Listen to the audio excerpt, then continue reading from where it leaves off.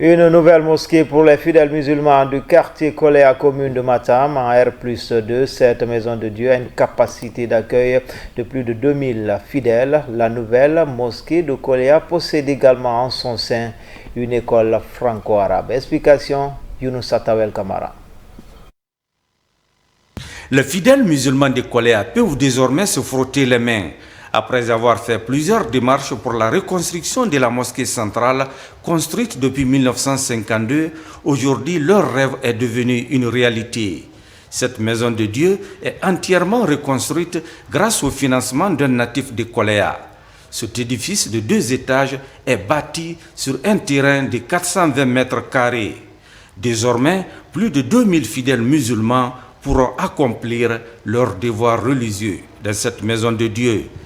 Dieu, le Tout-Puissant, il fait tout ce qu'il fait, il le fait bien. Regardez aujourd'hui la mosquée, regardez aujourd'hui le monde. C'est Dieu qui a fait ça. Il faut que nous rendons grâce à lui, le Tout-Puissant. En plus, je remercie les grands donateurs. L'édifice là, vous le verrez, Inch'Allah, chaque jour en bon état. Nous allons mettre en place ici une équipe de surveillance, une équipe de salubrité, une équipe de tout ce qu'il faut pour l'entretenir. L'inauguration de cette grande mosquée mobilise la communauté musulmane de Koléa Centre, Koléa Imprimerie, Domino et Koléa Cité. Avec aux premières loges l'ambassadeur du Royaume d'Arabie Saoudite, le secrétaire général des affaires religieuses et de quelques autorités communales de Matam. La commune de Matam compte environ plus de 52 mosquées où on fait les prières de vendredi.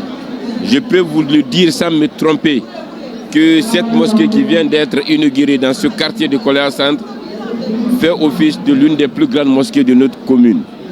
Et cela ne peut être qu'un sentiment de résistance pour tous les fidèles musulmans. Je n'ai fait que vraiment exprimer ma profonde gratitude à tous ceux qui ont contribué à sa réalisation.